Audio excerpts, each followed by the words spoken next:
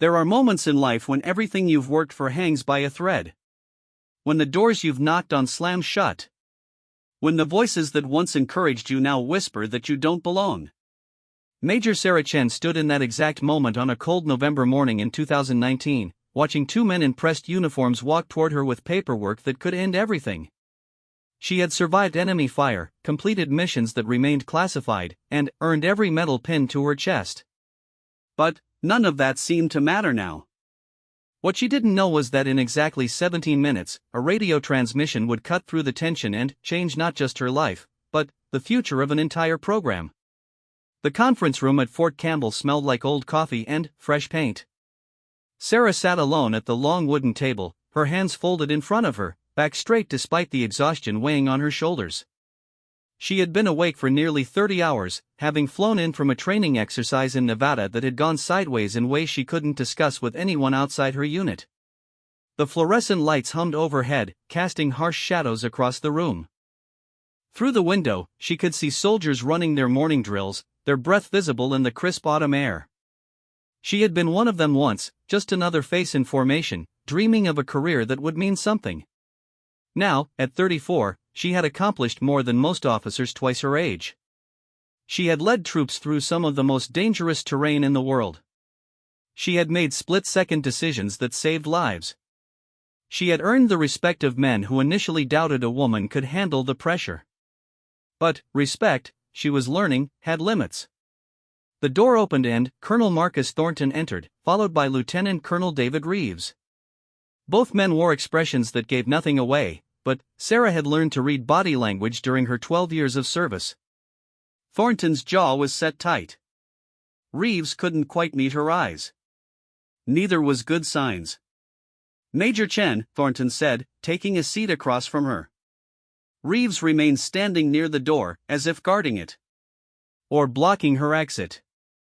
"Sir," Sarah replied, keeping her voice level. Thornton placed a manila folder on the table but didn't open it. "I'm going to be direct with you because I think you deserve that much. There have been complaints filed regarding your participation in the Night Stalker Advanced Training Program." Sarah felt her stomach tighten, but she didn't let it show on her face. "What kind of complaints, sir?" "Multiple concerns from senior instructors," Reeves spoke up from behind her. "Questions about whether the program is ready for female integration. Concerns about unit cohesion. Physical capability questions." "I've passed every physical test," Sarah said. "Exceeded the standards on most." "This isn't about numbers on paper, Major," Thornton said, and there was something in his voice that might have been sympathy or might have been resignation. "It's about perception. It's about tradition. It's about people who've been doing this for 20 years suddenly being told that everything they know is changing. With all due respect, sir, I'm not asking to change anything. I'm asking to be evaluated on merit." Thornton finally opened the folder. Inside were documents Sarah recognized, evaluations from her time in the Advanced Helicopter Operations course, reports from field exercises, incident logs from training missions. But there were other papers too, ones she didn't recognize. Complaint forms. Statements from instructors she had trained under. "There was an incident 3 weeks ago during the night operations training," Thornton said, pulling out a specific report. "You were co-piloting a Blackhawk during a simulated rescue mission. The primary pilot, Captain Rodriguez, stated that you froze during a critical maneuver." "That's not what happened," Sarah said immediately. "Rodriguez made a dangerous call. He wanted to approach the landing zone from an angle that would have exposed us to simulated enemy fire for an additional 8 seconds. I challenged his decision and suggested an alternative approach. He overruled me. We completed the mission, but the evaluation team marked us down for the exposure time. Rodriguez blamed me in his debrief." "That's not how he tells it," Reeves said. "Then, someone's lying, sir." "And it's not me." Thornton leaned back in his chair. "There are 4 other instructors who've raised concerns about your presence in the program, Major. 4 separate men who've stated that integrating women into advanced combat aviation units is causing disruption. Have any of them stated specific failures on my part?" Sarah asked. Specific errors I've made? Specific standards I haven't met? The silence that followed was answer enough. This isn't personal, Chen, Thornton finally said. But there are larger considerations here. The Night Stalker program is one of the Army's most elite units. The 160th Special Operations Aviation Regiment has a reputation to maintain. Every pilot who wears that patch has earned it through blood and sweat and sacrifice. There are people in the Pentagon who think forcing integration before the culture is ready is a mistake. So I'm being removed because of culture? Sarah felt anger rising in her chest, hot and sharp, but she kept it locked down. Emotion would only confirm what they already thought about her. Not because I failed. Because other people are uncomfortable. The decision hasn't been made yet, Thornton said, but the way he said it made Sarah understand that it had been. They were just going through the motions now. Paperwork and procedures. But I wanted to be honest with you about where we are. There's a recommendation being submitted that you be reassigned. Not as a punishment, your record would reflect that this was an administrative decision. You'd keep your rank, your career wouldn't be damaged. You'd just move to a different path. A path where I don't challenge anyone's assumptions, Sarah said. A path where you continue to serve with distinction, Reeves corrected. You're a good officer, Major. No one is questioning that. But sometimes the right officer is in the wrong program at the wrong time. Sarah stood up. Both men tensed slightly, though neither moved. Permission to speak freely, sir? Thornton nodded. I've served my country for 12 years. I've deployed 4 times. I've been shot at. I've pulled wounded soldiers from burning vehicles. I've led men through situations where one wrong decision would have gotten them killed, and I brought them all home. I didn't do any of that as a woman, sirs. I did it as a soldier. And I'm not asking for special treatment or for anyone to lower their standards. I'm asking to be judged on what I can do, not on what someone thinks I should be able to do. We understand your frustration, Thornton began, but Sarah wasn't finished. Do you know what my call sign is, sir? In the simulations, in the training exercises, the other pilots started calling me Night Widow. At first, I thought it was an insult. Then, I realized it was because I complete my missions. I get the job done. Even when people want me to fail, I don't. So maybe the question isn't whether I belong in this program. Maybe the question is why are we letting bias determine who gets to serve at the highest level? The room fell silent. Somewhere outside, a helicopter passed overhead, the rhythmic thump of its rotors vibrating through the walls. Thornton closed the folder. Like I said, no final decision has been made. But, Major, you need to prepare yourself for the possibility that this isn't going to go the way you want. Sometimes the system isn't ready, even when the person is. How long do I have? The review board meets this afternoon. We'll have an answer by 1700 hours. Sarah nodded once, sharply. Then, I'll be ready for whatever comes, sir. She turned and walked toward the door. Reeves stepped aside to let her pass. As her hand touched the doorknob, Thornton spoke again. For what it's worth, Chen, I think you're one of the best pilots I've seen come through this base. I mean that. Sarah paused but didn't turn around. Then, why isn't that enough? She didn't wait for an answer. The hallway outside was empty, which was fortunate because Sarah needed a moment to breathe. She leaned against the wall, closing her eyes, fighting the urge to put her fist through something. She had known this might happen. Every woman who pushed into male-dominated fields knew it might happen. But, knowing and experiencing were different things. Her phone buzzed. A text from Captain Jennifer Martinez, one of the few other women in advanced training. Heard you got called in. You okay? Sarah typed back quickly. Surviving. They're reviewing my placement. Bastards. Want me to come up? No. Stay focused on your training. Don't give them any reason to come after you too. She pocketed her phone and started walking. She didn't have a destination in mind, just the need to move. Her boots echoed on the linoleum floor as she passed offices and briefing rooms, photos of military history lining the walls. Men in uniforms, receiving medals, shaking hands with presidents, standing beside helicopters they had flown into history. She wanted her photo on that wall someday. Was that too much to ask? Sarah found herself outside, the cold air biting at her face. The physical training course stretched out before her, obstacle course and running track and soldiers pushing themselves to their limits. She thought about running, about burning off the frustration and anger and sweat and exhaustion. But she knew it wouldn't help. This wasn't something she could outrun. Her career had been built on being twice as good, working twice as hard, proving herself again and again. She had accepted that burden early on. She remembered her first day at flight school, the look she got from male students who assumed she was there to fill a quota. She had finished top of her class. Then, at her first combat deployment, the sergeants who doubted she could handle the stress. She had flown 73 missions without a single error.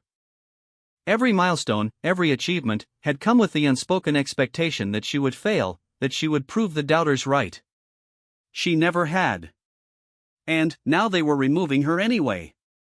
Sarah pulled out her phone again and scrolled through her contacts until she found the number she was looking for. General Patricia Morrison, retired, now working in the Pentagon's Personnel Division. Morrison had been a mentor to Sarah since her early days, one of the few women who had broken through similar barriers decades ago. The phone rang 3 times before Morrison answered.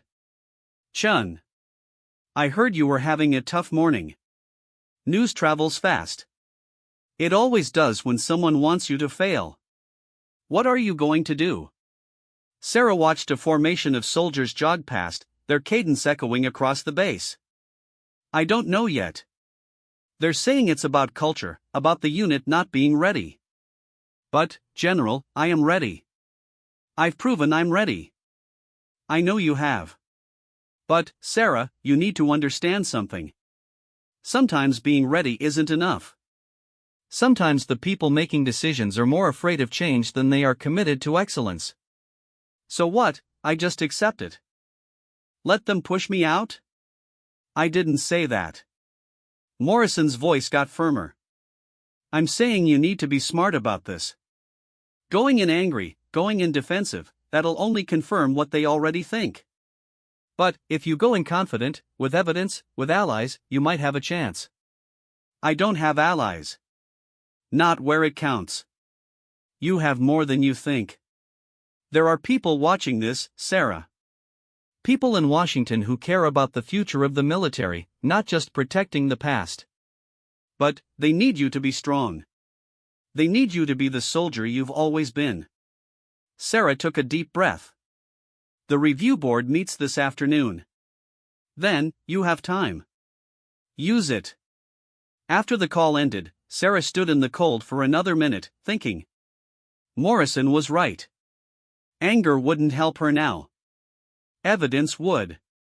Proof would. She needed to remind them why she was here in the first place. She headed back inside, this time with purpose. The base had a library, a small room filled with regulation manuals and military history books. More importantly, it had computers with access to military databases. If she was going to fight this, she needed ammunition. For the next 3 hours, Sarah worked. She pulled up every evaluation from her time in the program. Every test score. Every mission simulation. Every field exercise. She compiled them into a document that told a story, not just of competency, but of excellence. She found the reports that instructors had filed praising her performance, before the complaints had started. She documented conversations, recorded incidents where her skills had directly contributed to successful training missions. She also found something else. Patterns. Captain Rodriguez wasn't the only instructor who had filed complaints against her. But, when she cross-referenced those instructors with their evaluation scores for other students, she noticed something interesting. They weren't just harder on her. They were harder on all the women in the program. The standards they applied weren't consistent. They moved goalposts, changed requirements, added subjective measures that had nothing to do with actual performance. It was subtle. But it was there. Sarah printed everything and organized it into a folder of her own. Then, she made copies. One for herself. One for Thornton. And one that she would keep, just in case. At 1600 hours, she returned to the conference room. This time she didn't wait to be summoned. She walked in and placed her folder on the table before anyone else arrived. When Thornton and Reeves entered 10 minutes later, along with 2 other senior officers Sarah didn't recognize, they found her standing at attention beside her chair. "Major," Thornton said, surprised. "The board doesn't convene for another 30 minutes. "I know, sir. But I wanted to present additional evidence for your consideration before you make your decision." Thornton looked at the folder, then at Sarah, then at the other officers. One of them, a brigadier general with gray hair and 3 rows of ribbons, nodded slightly. "Let's hear what she has to say."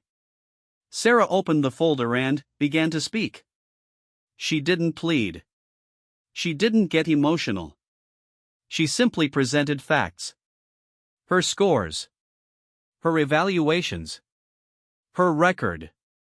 And then, carefully, methodically, she presented the patterns she had found. The inconsistencies.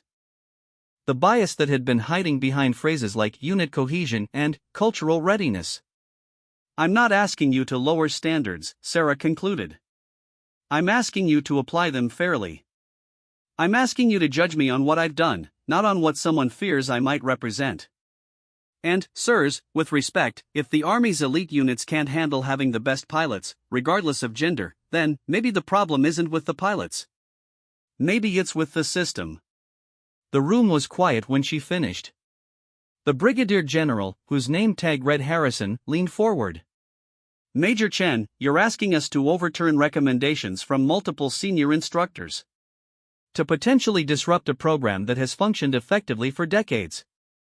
That's not a small ask." "No, sir, it isn't.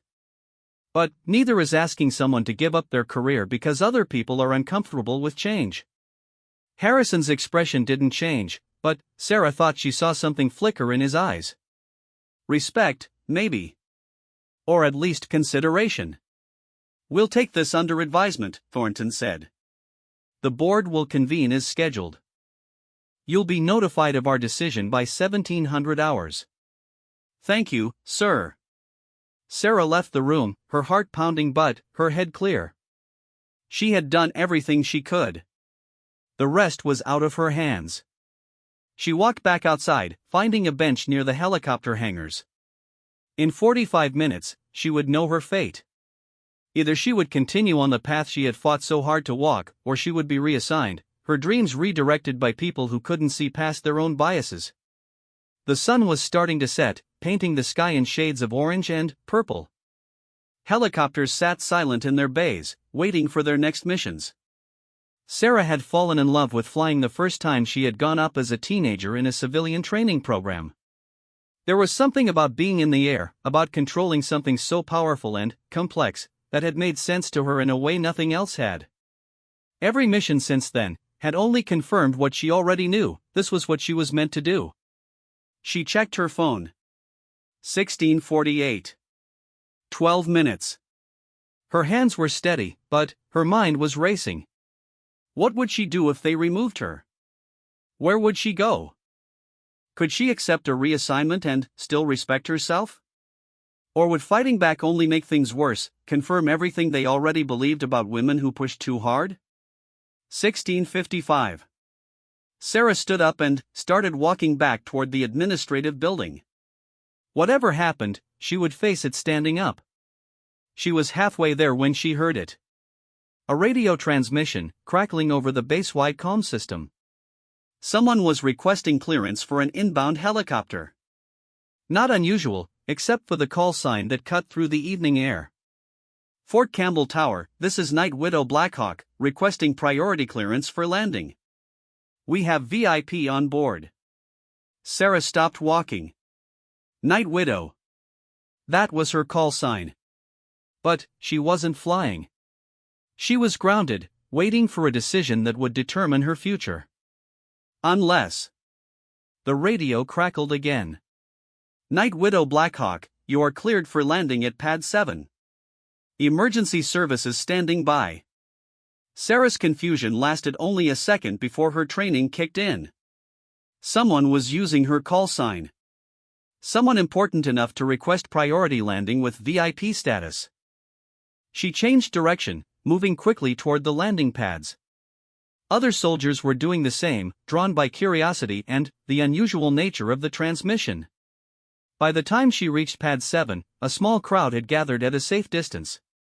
Colonel Thornton was there too, looking as puzzled as everyone else.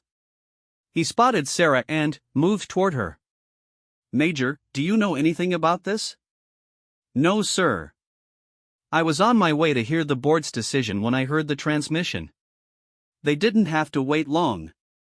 The distinctive sound of rotor blades grew louder, and then a Blackhawk appeared over the tree line, approaching fast but controlled. Sarah's trained eye immediately assessed the pilot's skill.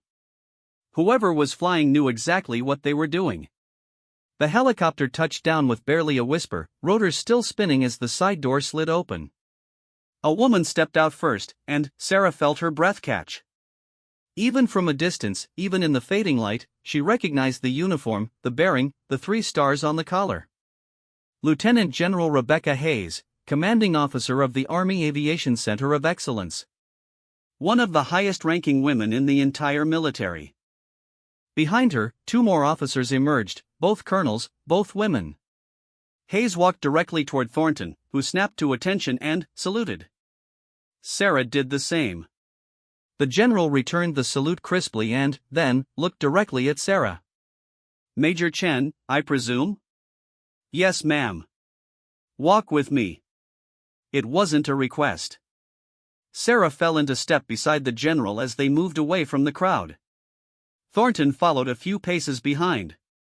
Hayes was silent for a moment, her eyes scanning the base, the helicopters, the soldiers still watching from a distance.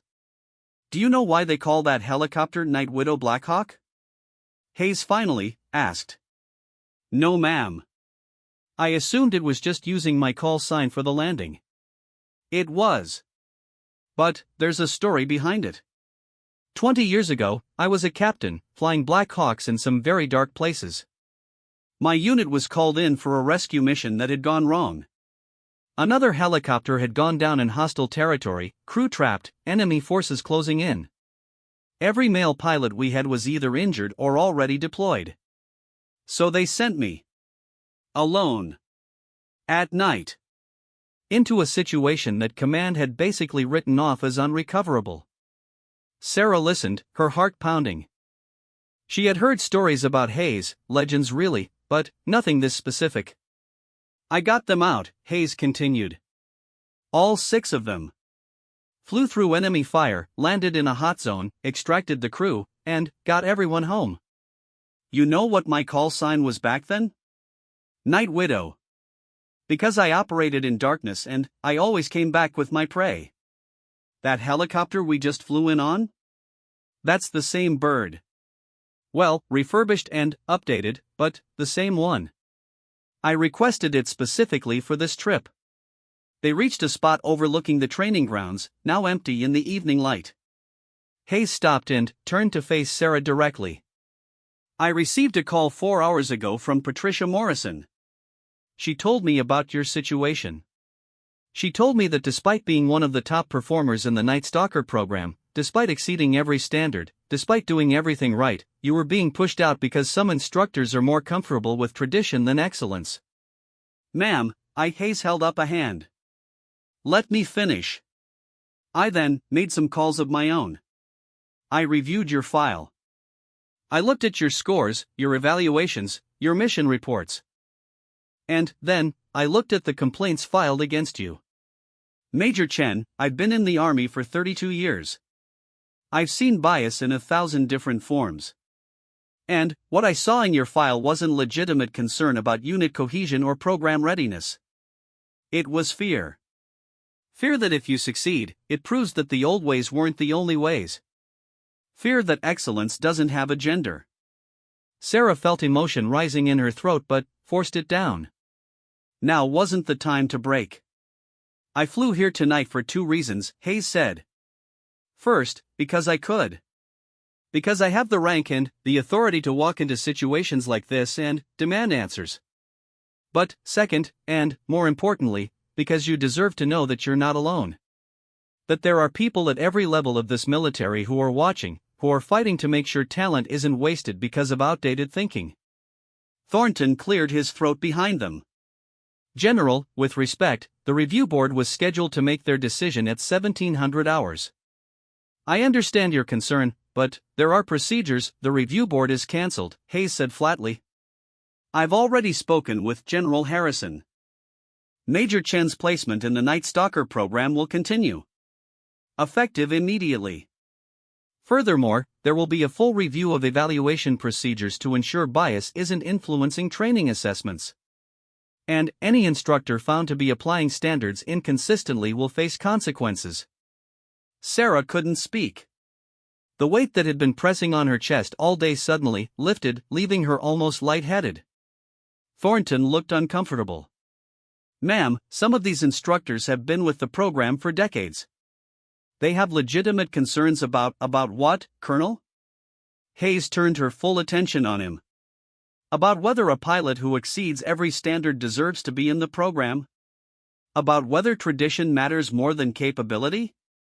I've read the reports. I've seen the evidence.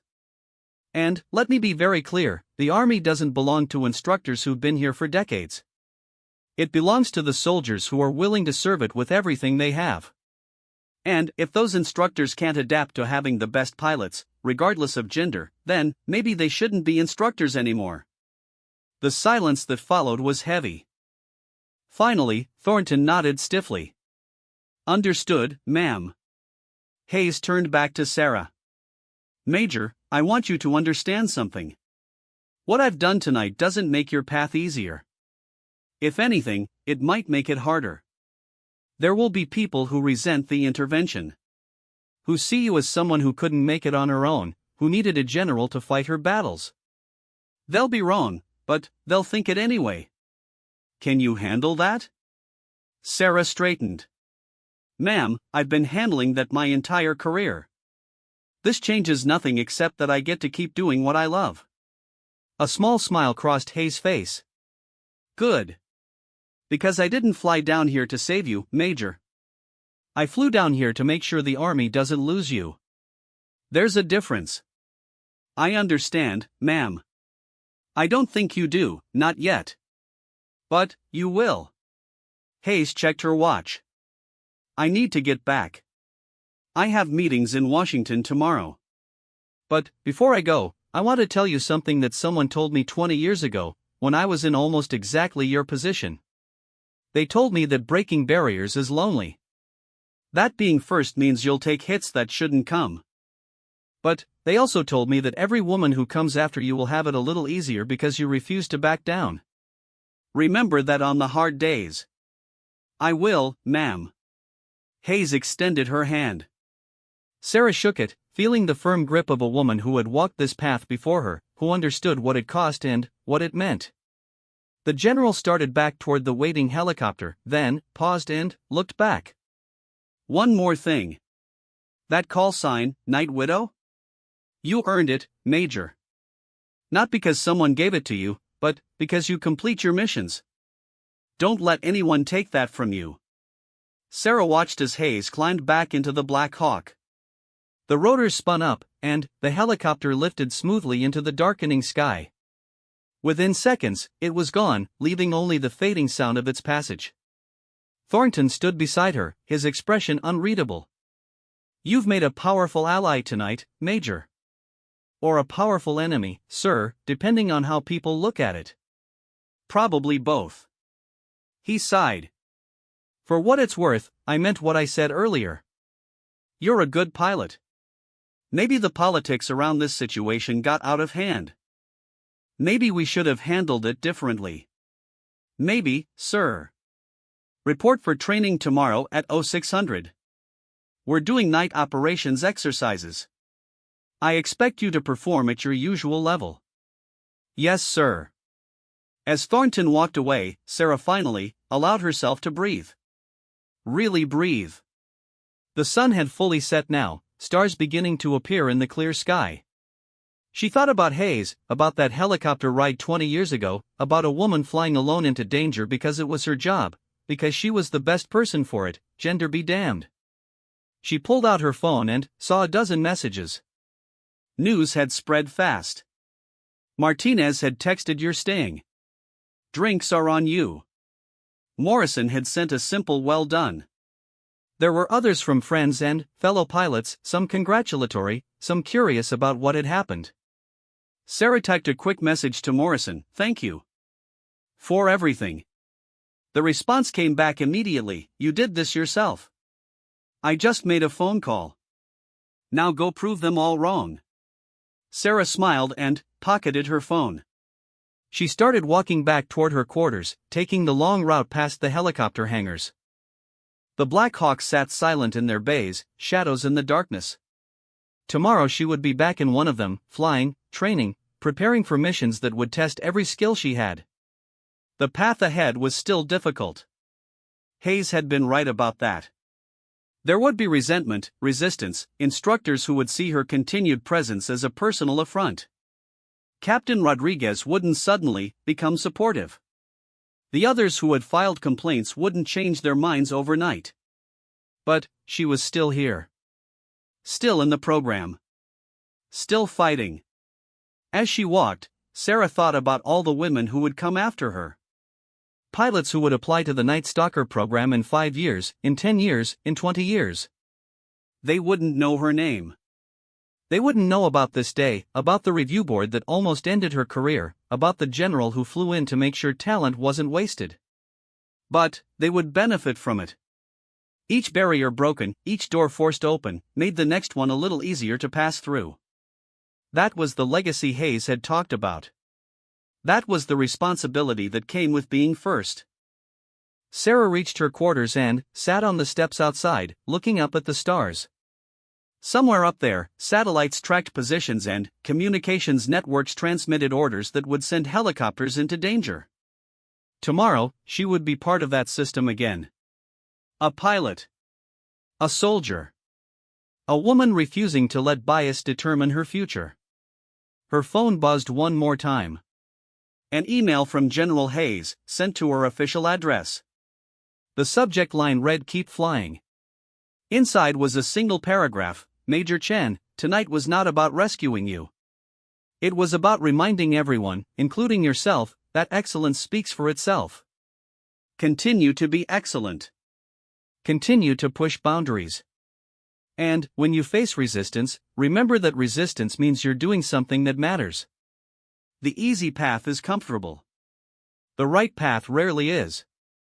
I expect to see your name on a list of Night Stalker graduates in 6 months. Don't disappoint me." LTG Hayes. Sarah read it 3 times, then saved it. She would need it on the hard days ahead, and she knew there would be hard days. But she would face them the same way she had faced today. With evidence. With skill. With the unwillingness to back down just because the path was difficult. Tomorrow at 0600, she would report for training. She would climb into a Blackhawk and fly through simulated scenarios designed to push her to her limits. And she would succeed, not because someone had intervened on her behalf, but because she was good at what she did. Because she belonged in that cockpit just as much as any male pilot who had sat there before her. The night air grew colder, but Sarah didn't move. She sat on those steps for another hour, thinking about the future. About the missions she would fly. About the soldiers she would lead. About the moment when she would graduate from the Night Stalker program and earn the right to wear that patch she had fought so hard to deserve. And, somewhere in her mind, a small voice whispered what she had known all along but had almost let doubt overshadow: she was exactly where she was supposed to be. Doing exactly what she was meant to do. And no review board, no resistant instructors, no system designed to push her out would change that fundamental truth. The stars above her remained constant, indifferent to human struggles and victories. But Sarah drew comfort from them anyway. They had guided pilots through darkness for generations. They would guide her too, through whatever challenges tomorrow brought. Because she was Night Widow now, not just as a call sign but as an identity. She operated in darkness and she always completed her mission. And her mission was far from over. In fact, in many ways, it was just beginning. When Sarah finally stood and walked inside, her steps were steady, her resolve unshaken. The fight she had won today was just one battle in a much longer war. But it was a battle that mattered. A battle that would be remembered, even if only by those who understood what it meant to fight for the right to serve at the highest level. She fell asleep that night with her alarm set for 0500, giving herself time to prepare before training. Her dreams were filled with helicopters and missions and the sound of rotors cutting through the night air. But they weren't anxious dreams. They were dreams of possibility, of a future she had almost lost but had managed to hold on to through sheer determination and the support of people who believed that talent mattered more than tradition. Tomorrow, the real work would begin again. Tomorrow, she would prove that General Hayes' faith in her wasn't misplaced. Tomorrow, she would remind everyone why she had earned the right to be called Night Widow. But, tonight, she rested. She had earned that much. The alarm screamed at 0500, but Sarah was already awake. She had been lying in the darkness for the past 20 minutes, mentally preparing herself for what she knew would be a difficult day. Word of General Hayes' intervention had spread through the base overnight. By now, everyone in the Night Stalker program knew that Sarah Chen hadn't just survived the review board, she had been personally defended by one of the Army's most respected generals. Some would see it as vindication. Others would see it as preferential treatment. Sarah couldn't control their perceptions. She could only control her performance. She dressed quickly in her flight suit, double-checking every pocket and strap. Her movements were automatic, refined by thousands of repetitions over 12 years of service. As she tied her boots, she thought about the email from Hayes. Continue to be excellent. That was the only path forward now. Not good enough. Not adequate. Excellent. The pre-dawn air was crisp as she walked to the flight line. Other pilots were already there, running pre-flight checks on the helicopters that would be used for today's training. Sarah spotted Captain Martinez near one of the Blackhawks, clipboard in hand, methodically going through the inspection routine. "Warning," Sarah called out. Martinez looked up and grinned. "Morning, hero. How does it feel to have a 3-star general fly in just for you?" "Terrifying, if I'm being honest." "I bet." Martinez's smile faded slightly. "Rodriguez and his crew are already here. They've been shooting looks this way since I arrived. Just so you know." "Thanks for the warning." Sarah continued to her assigned helicopter, tail number 847, the same bird she had been training on for the past 2 months. She loved this particular Blackhawk. It had a slight pull to the left that most pilots complained about, but Sarah had learned to compensate for it perfectly, turning what others saw as a flaw into an advantage in tight maneuvering situations. As she began her pre-flight inspection, she heard footsteps approaching. She didn't have to look up to know who it was. Rodriguez had a particular way of walking, heavy-heeled and deliberate. Well, he said. "The golden child returns. Must be nice having generals fight your battles for you." Sarah continued checking the tail rotor, not giving him the satisfaction of a reaction. "Captain Rodriguez. You're up early." "I'm always early, Chen. Unlike some people, I don't need special accommodations to be here." Sarah straightened and looked at him directly. Rodriguez was a 15-year veteran, respected by most of the instructors, known for his technical skills and his absolute certainty that women didn't belong in combat aviation. His complaint had been one of the key pieces of evidence used against her. "I'm here on the same terms as everyone else," Sarah said evenly. "I meet the same standards. Fly the same missions. Take the same risks." "Are you?" "Because from where I'm standing, it looks like you get to bypass consequences. Any other pilot who caused the kind of disruption you've caused would have been reassigned months ago."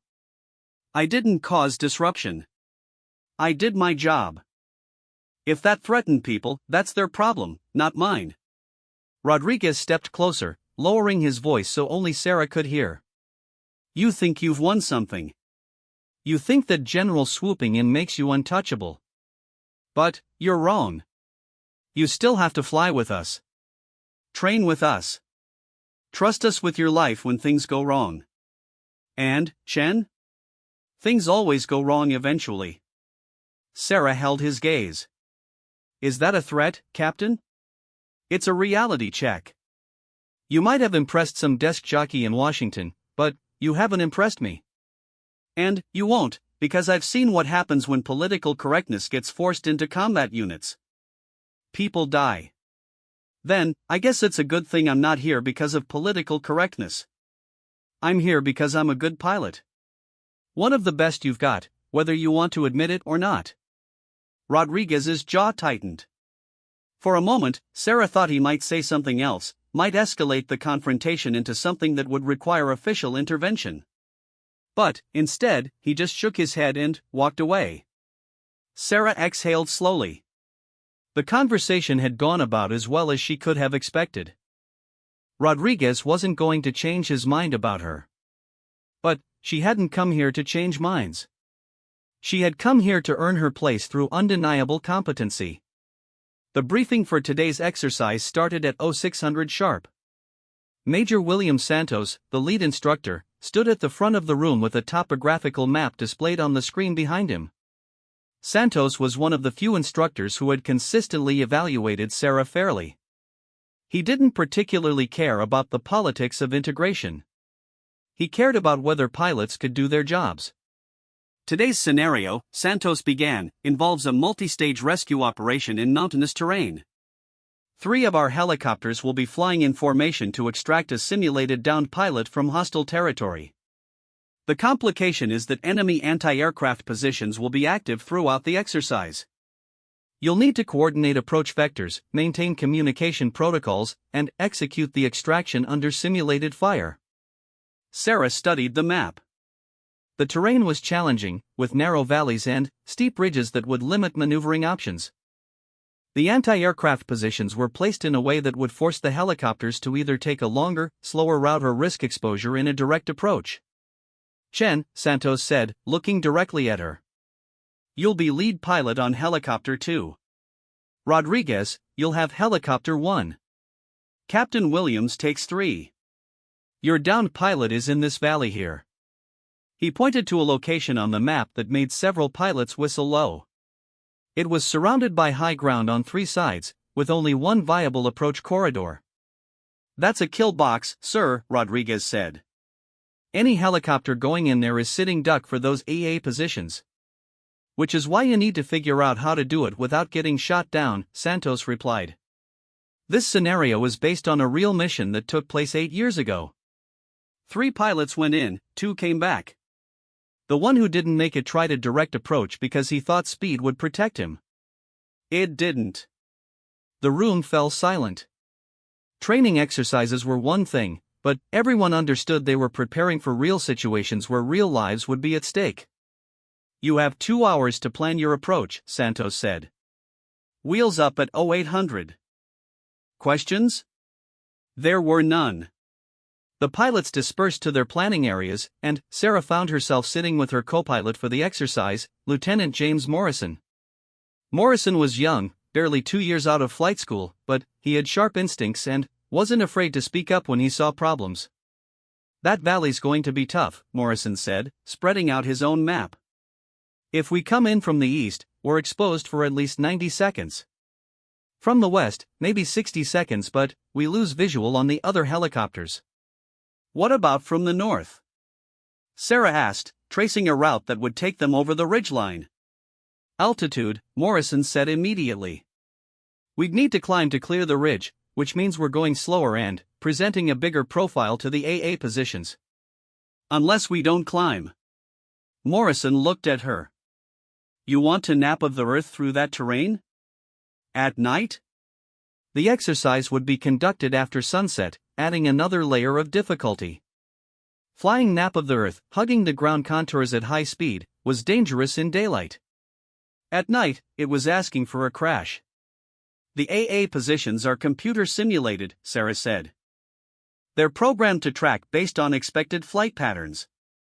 If we come in low and fast from an unexpected angle, we might be able to slip under their coverage before they can adjust. Might being the key word. You have a better idea? Morrison studied the map for another minute, then shook his head. No.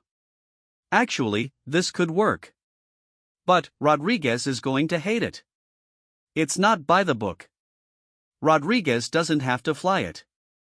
We do.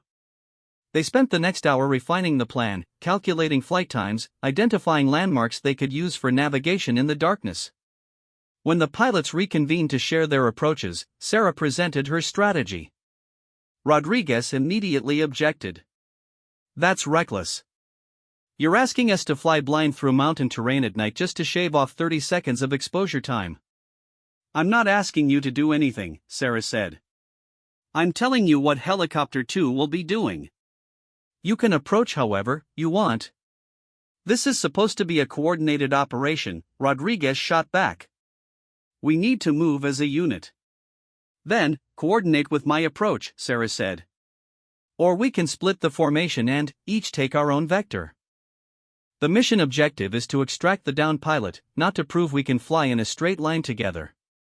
Santos watched the exchange without intervening.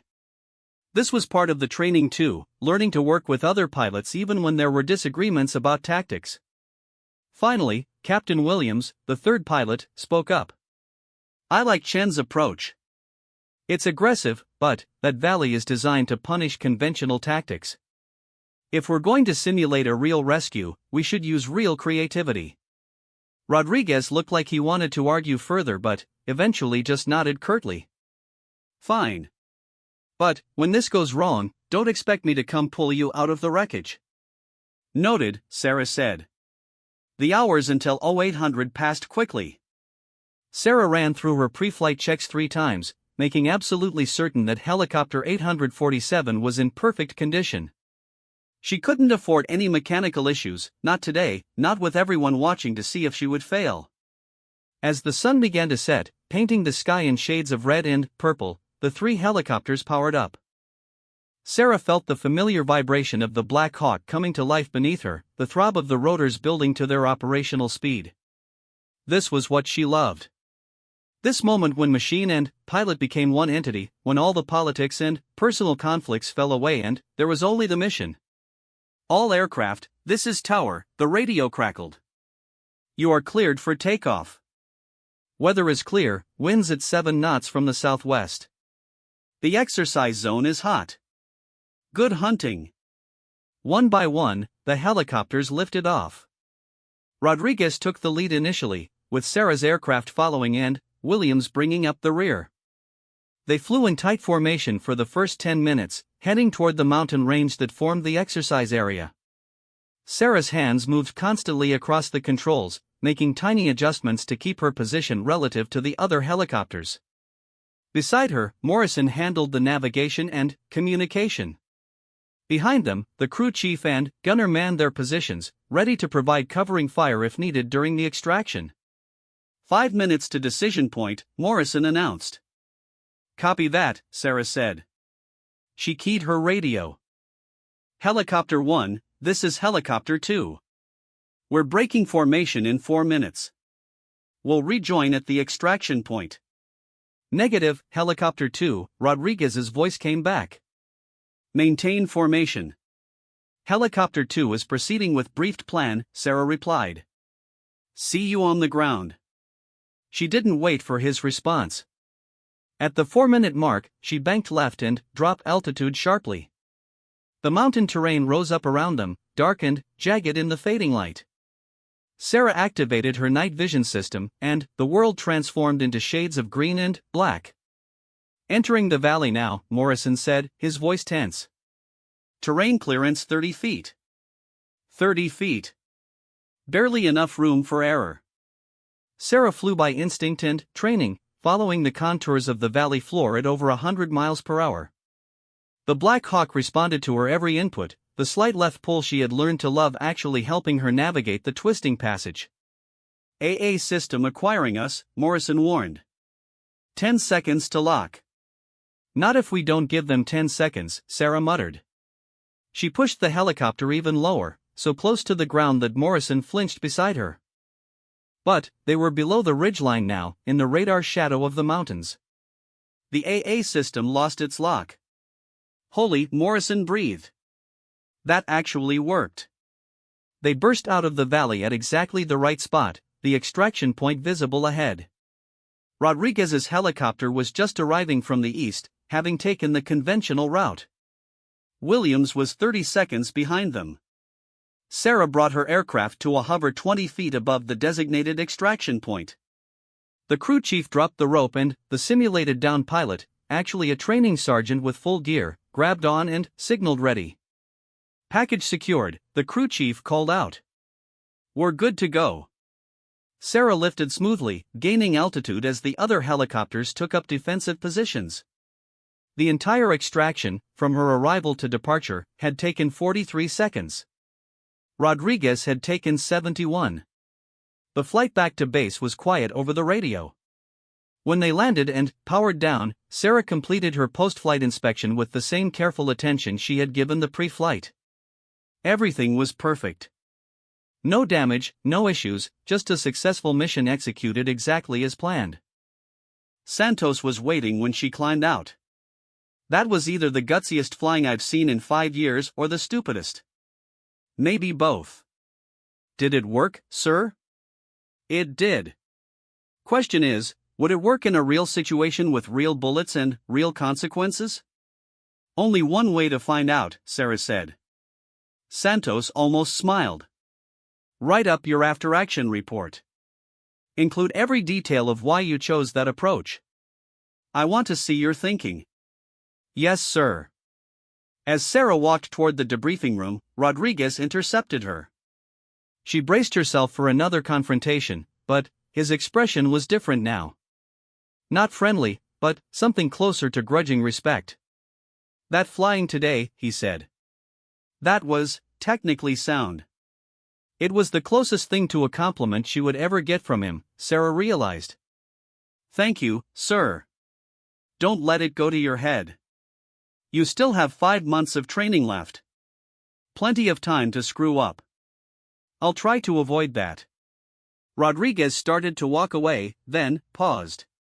Chen. For the record, I still think this whole integration thing is a mistake. But, you might actually have what it takes.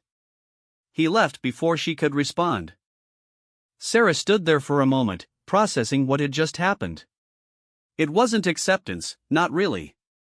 But it was acknowledgement. Recognition that skill mattered, even if Rodriguez didn't want to admit it did. The next 5 months were the hardest of Sarah's military career. Every day brought new challenges, new exercises designed to push pilots to their absolute limits. She flew in conditions that would have grounded commercial aircraft. She practiced emergency procedures until they became pure muscle memory. She studied tactics and strategies until she could recite them in her sleep. And, slowly, grudgingly, the other pilots began to accept her. Not all of them. Some, like Rodriguez, would probably never fully come around. But enough of them saw her performance and recognized that she belonged. The complaints stopped. The deliberate sabotage of her training ended. She was still judged more harshly than the male pilots, still had to prove herself again and again, but at least now she was being judged on what she did rather than who she was. Martinez graduated 2 weeks before Sarah, earning her Night Stalker patch with distinction. 2 more women entered the program shortly after, looking to Sarah as proof that the path was possible. She tried to help them where she could, offering advice and support while being careful not to be seen as forming a block. The goal wasn't to create a separate group of female pilots. The goal was to become simply pilots. The final evaluation came in late April, 6 months after the day Sarah had almost been removed from the program. It was a comprehensive test that covered every skill the Night Stalkers needed: navigation, tactical flying, emergency procedures, combat simulations, and a live-fire exercise that would determine whether she truly had what it took. Sarah flew 12 hours straight, through scenarios that required her to make split-second decisions with lives hanging in the balance. She extracted simulated casualties under fire. She navigated through weather that reduced visibility to nearly zero. She responded to multiple system failures while maintaining control of her aircraft. When it was finally over, when she had landed for the last time and powered down the helicopter, Sarah sat in the cockpit for a long moment. Her hands were steady on the controls, even though her body was exhausted. She had done everything they asked. Now she could only wait. The graduation ceremony was held on a bright May morning. 27 pilots had started the advanced training. 19 were graduating. Sarah stood in formation with the others, all of them in dress uniforms, waiting for their names to be called. Santos read the names alphabetically. When he reached Major Sarah Chen, Sarah stepped forward and saluted sharply. Santos returned the salute and handed her the patch that she had fought so hard to earn. The Night Stalker insignia, a pair of wings with a sword through the center, representing their motto, "Death waits in the dark." "Congratulations, Major," Santos said. "You earned this." "Thank you, sir." As Sarah pinned the patch to her uniform, she scanned the crowd of spectators. Her family was there, her parents who had always supported her, even when they didn't fully understand why she was willing to fight so hard for this career. Martinez was there, grinning and giving her a thumbs up. Several of the pilots she had trained with were there too. And, in the back, standing slightly apart from the others, was General Hayes. The general had flown in that morning specifically for the ceremony. When Sarah caught her eye, Hayes nodded once. A simple gesture, but one that carried weight. It said, "I knew you could do this. I knew you belonged." After the ceremony, as families and friends mingled, Hayes approached Sarah. "Walk with me one more time, Major." They moved away from the crowd, toward the helicopter hangars. Hayes was quiet for a moment, looking at the Blackhawks lined up in their bays. "When I flew in here 6 months ago," Hayes finally said, "I told you that breaking barriers was lonely. Do you understand that better now?" "Yes, ma'am," Sarah said. "There were days when I wasn't sure I could keep going. When it felt like every success just raised the expectations higher, made the target on my back bigger." "And what got you through those days?" Sarah thought about it. "Knowing that it mattered. That somewhere, there's a girl who wants to be a pilot, who's being told she can't, that it's not realistic, that she should choose something safer.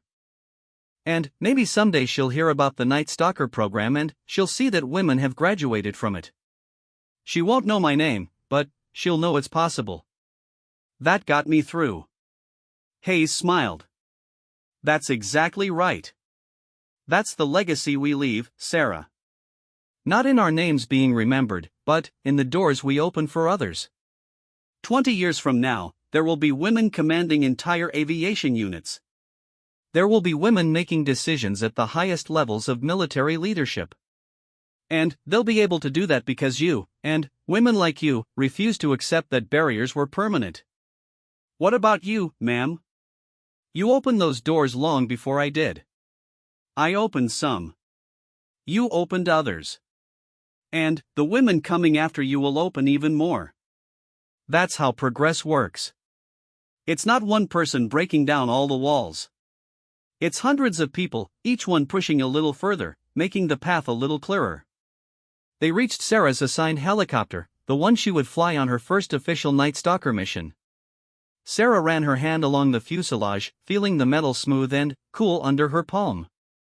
"I have a question, ma'am," Sarah said. "When you flew in that night 6 months ago, when you used my call sign for the landing, was that planned?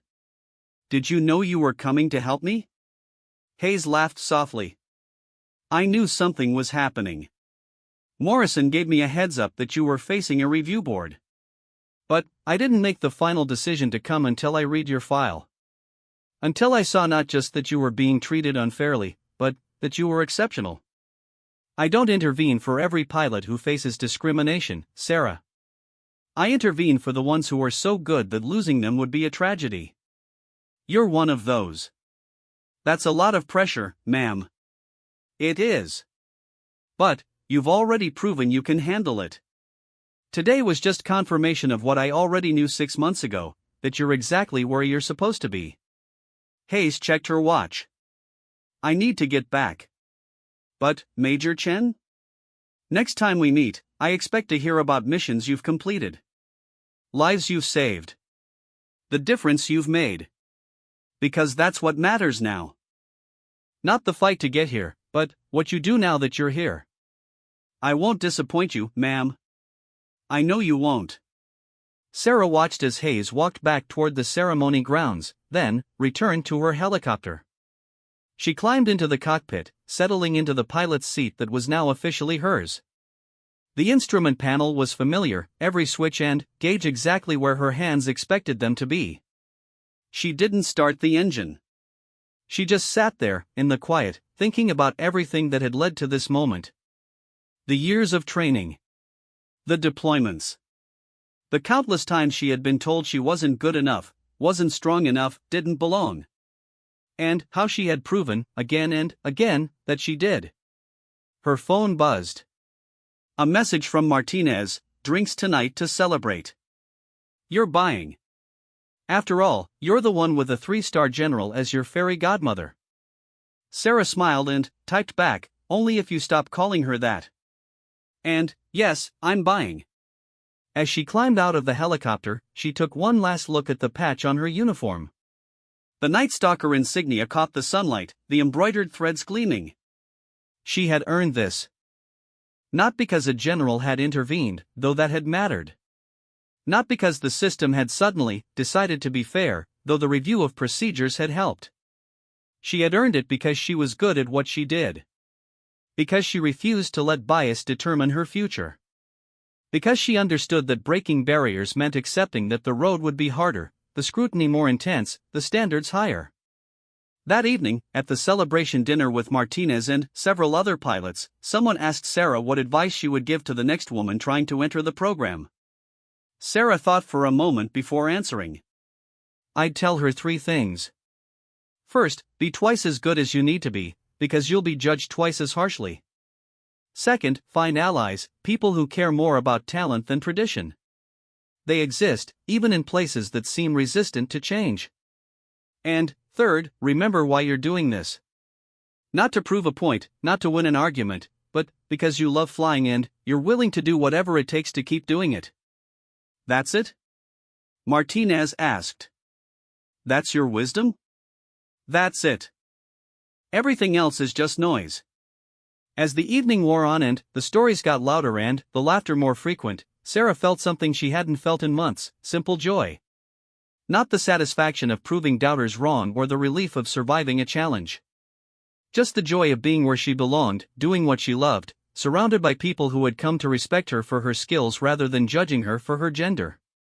The following Monday, Sarah reported for her first official mission as a Night Stalker pilot.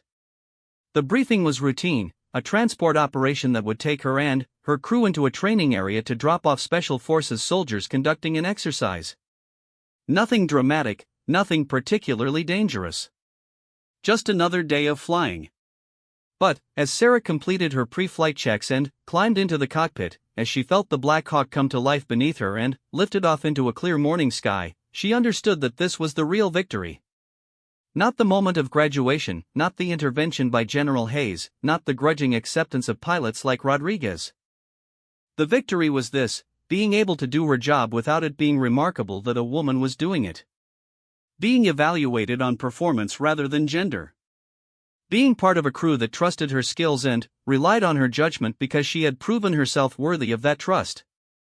The fight to get here had been hard. The path ahead would have its own challenges. But Sarah Chin was exactly where she was supposed to be, doing exactly what she was meant to do. She was Night Widow Blackhawk. She completed her missions. And no one, ever again, would make her question whether she belonged.